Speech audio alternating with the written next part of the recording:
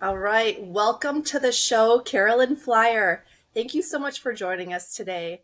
And Carolyn, I will link her full bio down below, but essentially, she is an intuitive counselor.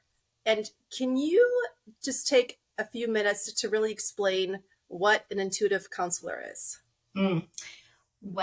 So when I first started doing this, I called myself a grief counselor because I didn't think anybody was ready, at least I wasn't ready to say that I was a psychic or a medium. Um, there's a lot of different words for what I do. I call it an intuitive counselor because a lot of the way that I work feels like counseling, although I'm not a therapist. All of the insight that I receive from spirit. So I call myself an intuitive counselor because a lot of what I do surrounds kind of moving people through obstacles or transitionings. So I'm a psychic, I'm a medium, and yeah. Awesome. I'm so intrigued about how you spent 18 years in sales and then you have evolved your life into more of a truth for you, becoming this intuitive, this psychic, from sales to psychic. What did that process look like? What was that calling to you? How did you even know that you wanted to do this with your life? And was that something this gift you were born with, or how did that all develop for you? So many good questions in there, Dana. Um, First and foremost, I was in sales because I was a waitress, and every single person I spilled food on was like, "You got a good personality. Your waitressing skills leave a lot to be desired, but you should go into sales." And so I did, and I was actually really good at it. And I remember one particular day, I had been a teacher first and then went into sales. And I remember driving with my boss. And for a 20-year old, I was doing 30-year old doing really, really well. And I remember saying to my boss, the view from the top is not what I expected. My hair is falling out.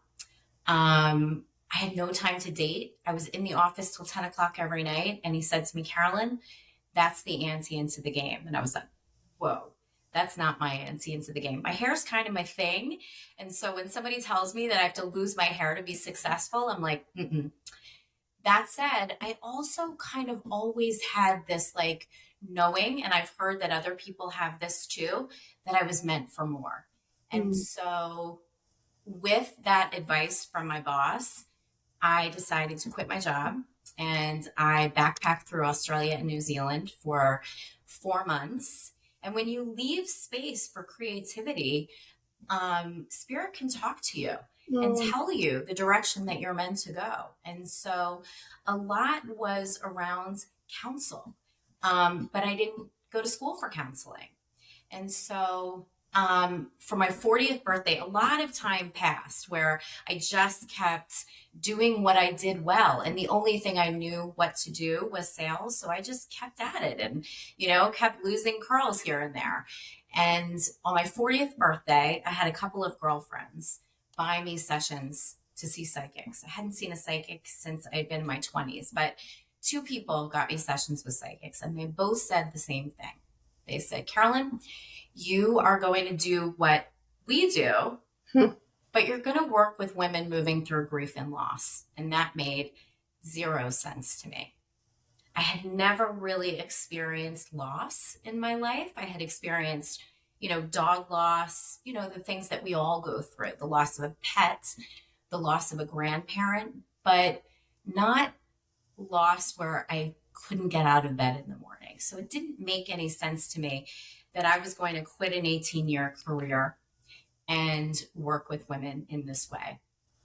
And I will preface it by saying it this way. Spirit, when she wants your attention, when she wants to direct you, she'll start with a little tap on your back. And so that was, in my case, losing some hair. When you don't pay attention, then she'll come behind you with like a little bit of a shove. And in that case, for me, it was losing a job and not being able to find another job because the psychic said, you will not find a job in your skill set because spirit wants you doing something else. And so that was the shove. And then When you don't pay attention, spirit will literally push you down and hold her foot on your chest. And Yes. when I turned 42, we lost a daughter at birth. And that was my wake up call. That was spirit saying, we're not playing games anymore. We have a path for you and you're meant to follow it. And so with that, I knew that I needed to do things differently. And so I started taking classes with one of the psychics that had done this reading for me. Not because I was going to change my career, I don't think. I never had any ideas that I was going to be a psychic because I just want to name, I didn't have a psychic bone in my body. This is learned. We all have within us the ability to be psychic. It's our sixth sense. We just trust the ego and the intellectual mind over that intuitive body. Everything you need to navigate your life to the highest expression of yourself, it's already here. We just have to get quiet enough. And so I started taking classes and brought in those sales tools that I had, that tenacity, that like go get them. And I read anybody that I could read, first for free, then for $30. And then I was really pretty good at it. And so I couldn't find a job. And so I started just reading more people. And I really, really enjoyed it. And then the career just kind of opened for me. I found that what I was moving through in my own life, Spirit was handing to me in the form of clients. So when I had lost my daughter, Delaney, clients were showing up who also lost children or lost homes in floods or fires. I was moving through my own grief and loss with the support of Spirit in the form of clients. And so Spirit conspires to support us in becoming who we're here to be. And that's how I got here. And I would never look back. And I just want anybody and everybody who has that little like tap on the shoulder that's saying you're meant to do something else, at least get curious about it, explore. There's so many threads that I want to pull on right now with what you just said. But one of the first ones that really came to me is that how do women today, women or men, whoever's listening to this, that really want to carve out that time to hear, but we're so busy. We're parents, we're workers, we're brothers, sisters, we're maybe taking care of our parents, taking care of our kids. We are so sandwiched in with responsibility. How do we even begin to carve out some space if we can't take 4 months to go travel somewhere? Oh, it's such a good question. Such a good question. Um, mm, Well, COVID did wonders for me because I got up every single stinking morning at like 5:30 and I walked. And I would listen to podcasts or I would do walking meditations, and that was my time. That was what I was doing before I got here today. Meditation is really, really good. When I teach classes, sometimes I kind of like wing the classes that I teach. And if I don't, if I have a class to teach on Wednesday night and if I don't have content by Wednesday, I go out and I spend time in the woods and I can hear. And it's not as in like, you're probably thinking if I'm a medium, literally there's like an apparition in front of me who's like, you're going to teach this. No, it's just when you create space, information shows up. And that's in the form of really good ideas. Or, yeah, it just avails itself. If you give yourself the space, you can hear. Nature, meditation, walking, all little things that we can pull into our day in the morning, night, whenever there's time to really tap into our intuition, wisdom, spirit, whatever you want to call it. All of it. Even just in the moment, stopping. Sometimes I'll set an alarm on my phone to go off every 2 or 3 hours. And when it does, I take a minute, I drop into my pelvic floor, I breathe a couple of breaths, and it just brings you home. You speak a lot about embodiment. And if I can quote you back to you, I would love to read this. Many sessions will encompass embodiment practices since the body holds so much of our trauma and wisdom. And I love that dichotomy of that we know our bodies can hold trauma. There have been so many amazing books written on this, speakers who have really allowed us to like tap into how to release this trauma through somatic practices, but it also contains our wisdom. Can how do you decipher really what the body wants you to know, and that wisdom piece? Mm. Well, let me think about that for a second. How do I decipher what the body wants me to know? Mhm. Well, a lot of times the body will tell us in symptoms, right? My hair was falling out, so I needed to pay really, really close attention. Or, anxiety that shows up. It's oftentimes a signal. It's like, um, sometimes it's even later in the game. It's like if we're seeing symptoms, it's because we haven't paid attention earlier on. And that's where these little embodiment practices can really help us to get to the root of it before, again, spirit has to like literally push you. So you may get up and roll out of bed. I have a friend who started the grief support network in town, and she gets up every morning, rolls out of bed, lays on the floor, and she just says, "What's here this morning?" It's like sometimes you wake up and there is grief and you don't know why. And so you just allow. That's a really big thing in this society. What's the first thing your mom says to you when you're crying as a child? They say, like, shh, shh, it's okay. You're fine. You're fine. And so we're taught that we need to suppress, we need to push things down.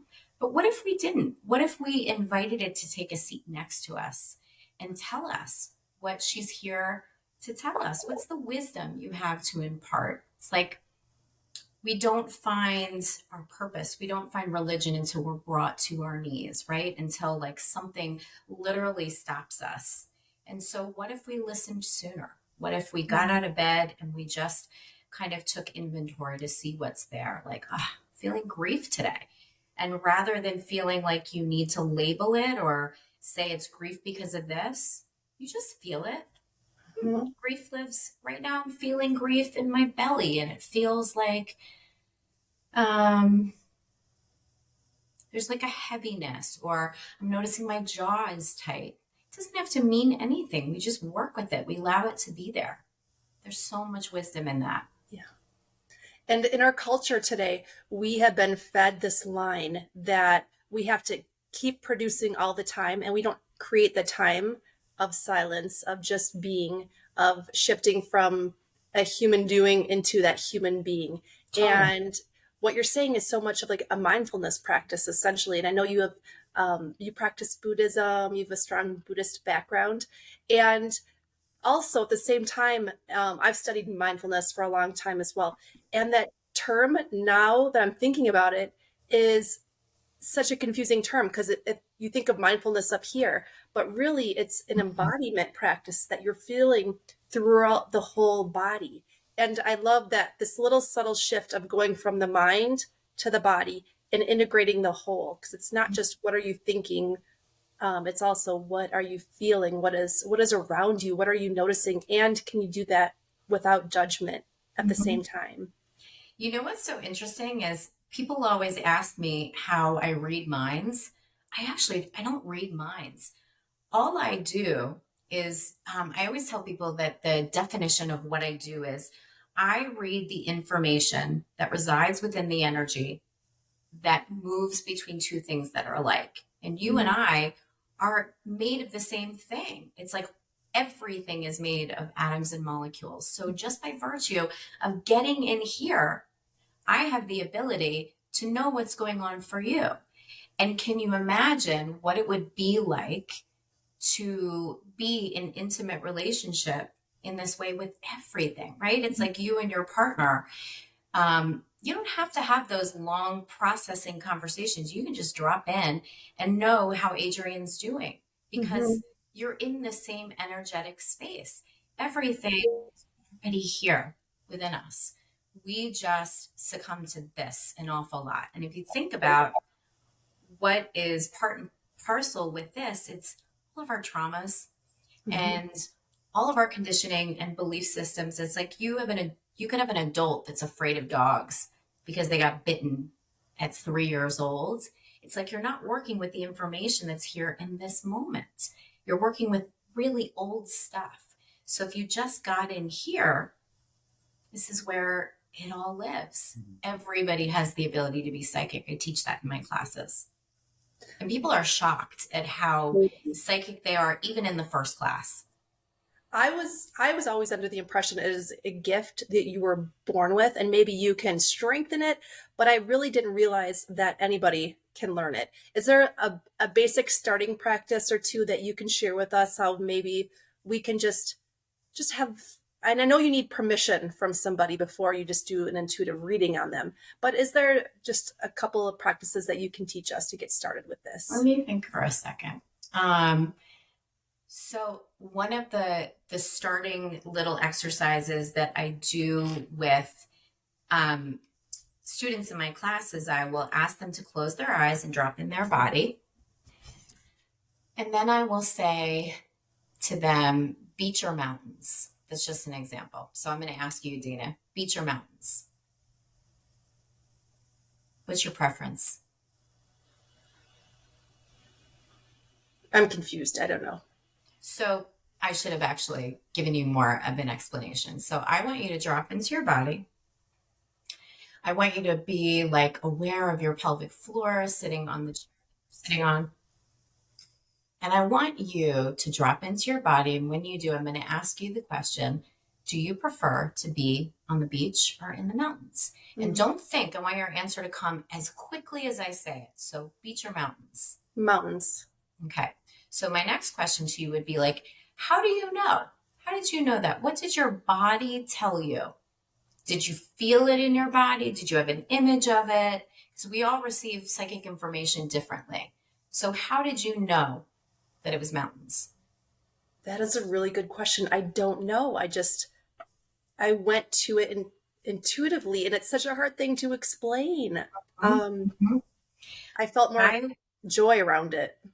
Yeah. So you probably felt like a buoyancy or a joy. Mm-hmm. I'll tell you the way that I start every single solitary class is I say to you, offer me a word or two of where you are in the moment. And I'll tell you what most people do. They go, I'm good.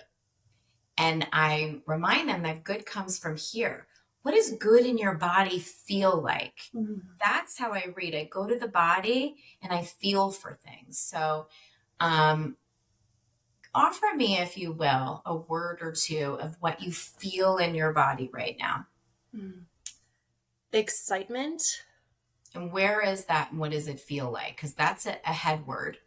I was going to say right through my chest area with just this new endeavor of really interviewing people and having this podcast and getting to talk to people like you and others who are just, I'm in awe of, that have so many great talents. And I feel that excitement in my body as well as my mind. Oh, it's perfect. It's perfect.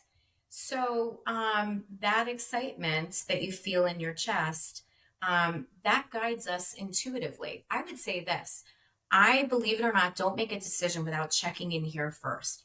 As simply as like when I get up in the morning and I take my dog Josie for a walk, I drop into my body. It's so quick. It's not like this big drawn out thing. I drop into my body and I say, where do I want to walk? Do I want to walk in this neighborhood or do I want to walk in this neighborhood? And I follow that. Mm-hmm. When I go to the refrigerator, this is another example of an exercise that I would give, is go to the refrigerator, open it up and ask yourself, do you want the leftover pizza or do you want the salad? And your body might say, ooh, I want the leftover pizza. And what do you think the mind does? The mind will go, the salad's better for you. Cruciferous vegetables help the microbiome. It'll go to all these crazy places. That's what we compete with every day. We need to follow the body. Think about even like dating back when, we were single.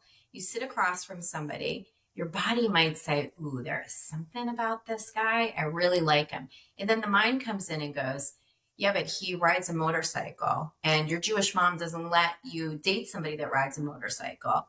And he is not very, like his career isn't where it should be. And then you know what you do? You cross that guy off the list. Your body is Mhm. saying, go in that direction. And your mind is going, nope, don't do it. We need to be in here more often. I started to tell you before this conversation, we have this blueprint that's inlaid into our soul. It was here before we got here, it'll be here after we leave. And that blueprint depicts the life that our higher self is here to live. The difficulty is we have this blank personality that comes into us, comes in with us. And everything that we're exposed to helps formulate that personality. Mhm. Conditioning, belief systems, trauma, um, religion. Mhm. And so a lot of times that personality doesn't align with that blueprint. It's our job to stay in our bodies, making decisions one at a time to stay in alignment with that, right? It's like you're being offered a job, it's the cream of the crop, it's all the money you could ever ask for. But boy, when you sit across from your boss, you're like, oof, I could not work for this guy. And you know what happens a lot of times? You take the job. Mhm. Spirit is trying to tell you through your body, it's not this one. We're going to take you somewhere else that's more aligned with this. Hmm. And 12 years of going to a Catholic school where I was fed the line that you don't trust the body. You don't trust the bodily urges. Wow. You execute everything through the mind, maybe through the heart, but you don't trust the body. And you are saying the complete opposite, to The really lean complete into that body. opposite. And to undo that conditioning is so hard. Hmm. Yeah. Yeah. Can you think of any time where you had like a clear knowingness, but you went the other way? Or even the other way around where um I don't I'm having trouble doing the other way around. I'm trying to reverse directions in my head. It's not working. But can you think of a time where like you had a knowingness of what you should do and you just did the opposite and it Yeah. didn't work out for you? Yeah, absolutely. I took a job that I should not have, and I instantly stopped sleeping. Yeah. Instantly. So, yeah. That was probably more than a tap from spirit. That was more of a push. Oh, yeah. It took months to undo that Yeah, damage. And then totally. I really learned it because I made my lists. I wrote all the reasons why I should take the job, all the reasons why I shouldn't take the job. And it was so heady of better salary, better benefits. It'll, whatever, be the next step on my career path. And it looked great on paper and it was horrible for my body. Totally. Yeah. Totally. I always tell people that we come to our decision here and then we let the head check the math for us, right? It's like you would drop in and you'd go, ooh, this job isn't right for me. And then you go here and you check your math related to that. Yeah. I love that. Okay. You've offered us so many great things of how we can just slow down, walk, meditate in nature, feel it in the body, and without judgment, check it with our mind.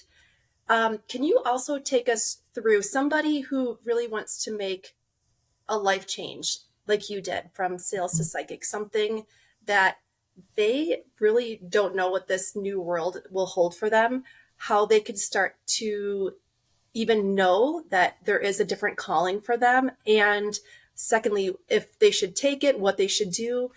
Can you Mhm. offer us any guidance around that? Totally.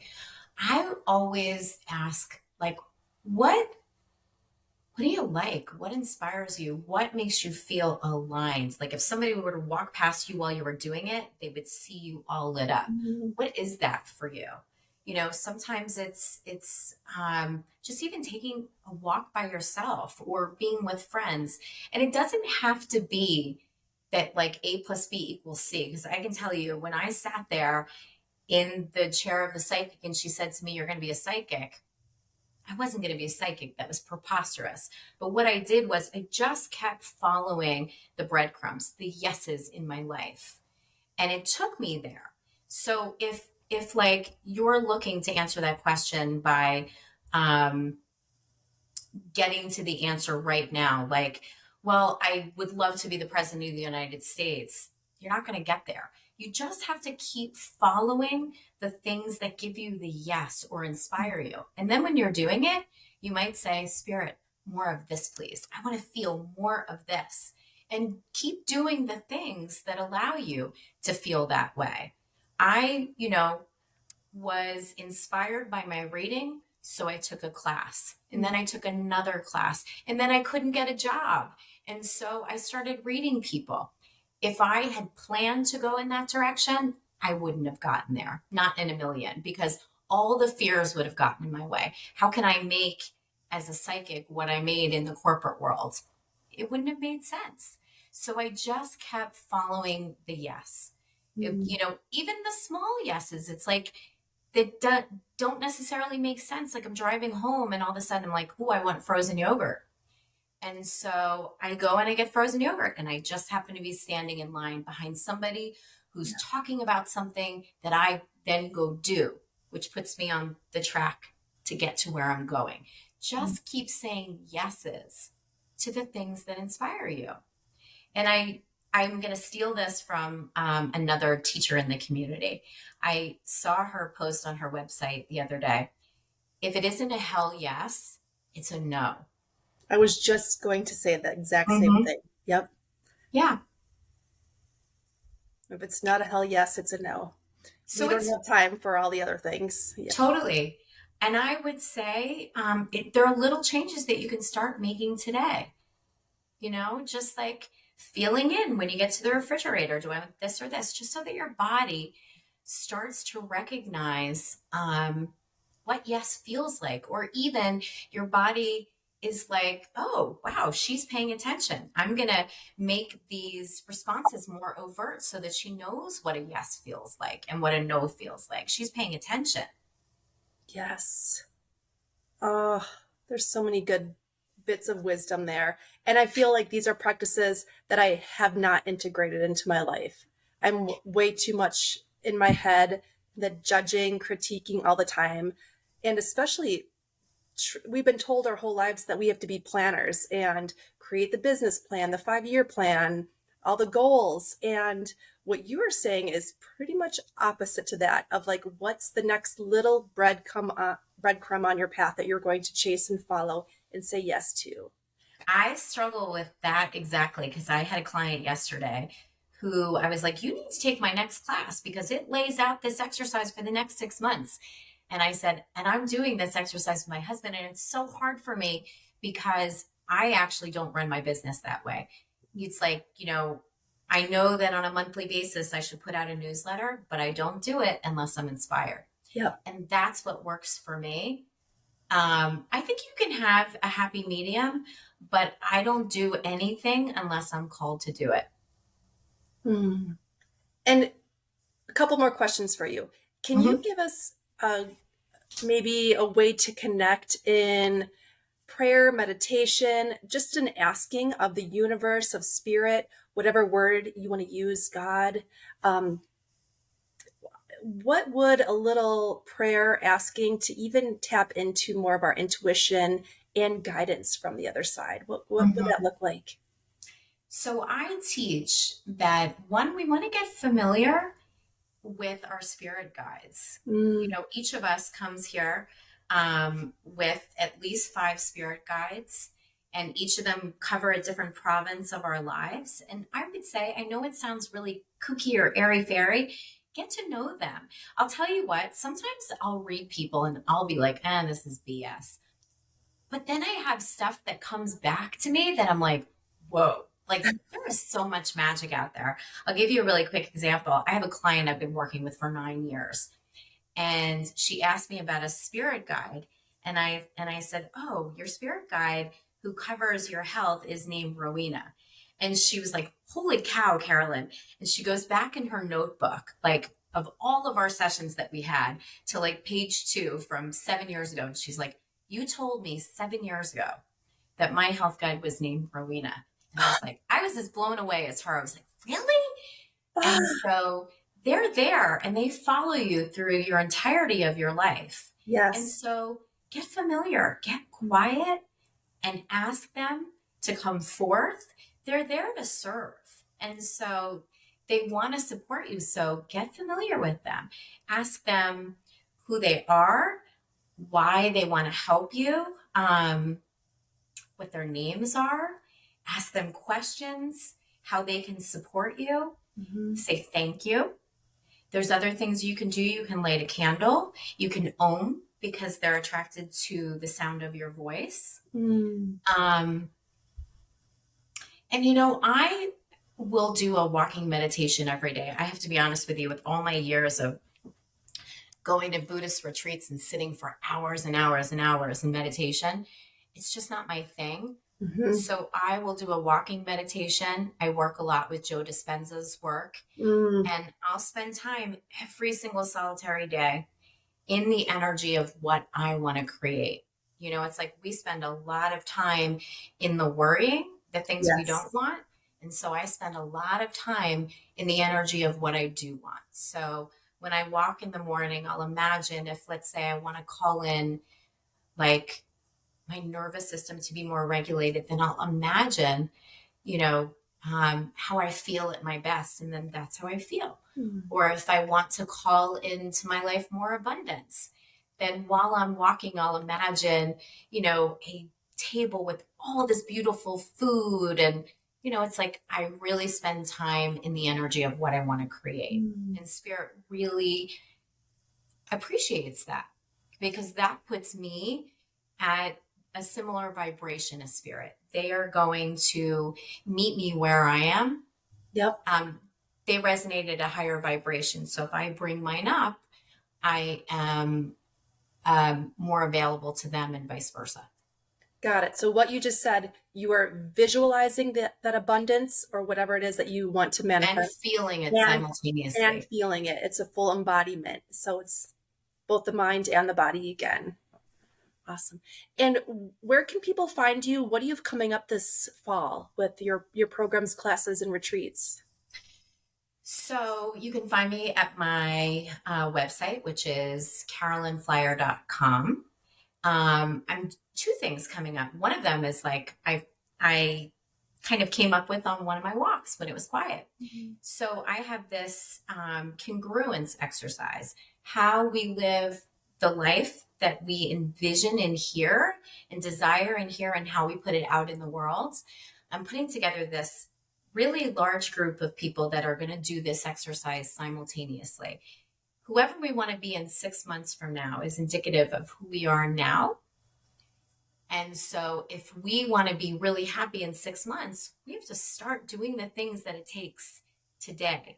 And so I'm going to put together this big group of people to really get clear on what they want to feel in their lives. And we're all going to work together and hold each other accountable to do that and to get there. So that's one program. And the other one, very similar, is my congruence retreat. I'm launching that actually today. It's October the 5th to the 8th in Colorado.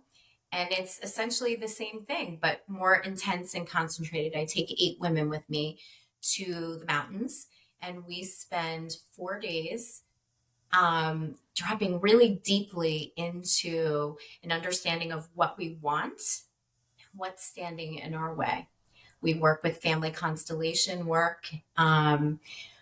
We do meditation. We really, really forge relationship and community. Mm. And we do some deep work. Oh. Can you tell us, what is family constellation work? Because I've heard that term twice in 24 hours and I've never heard it before. So family constellation work, in a nutshell, we have a tendency to do this to the hard things in our life, right? We have this tendency to exile hard feelings. And the way that we do that is we create personalities, protectors, and managers that stand out in front of us and say, we're going to keep these feelings at bay.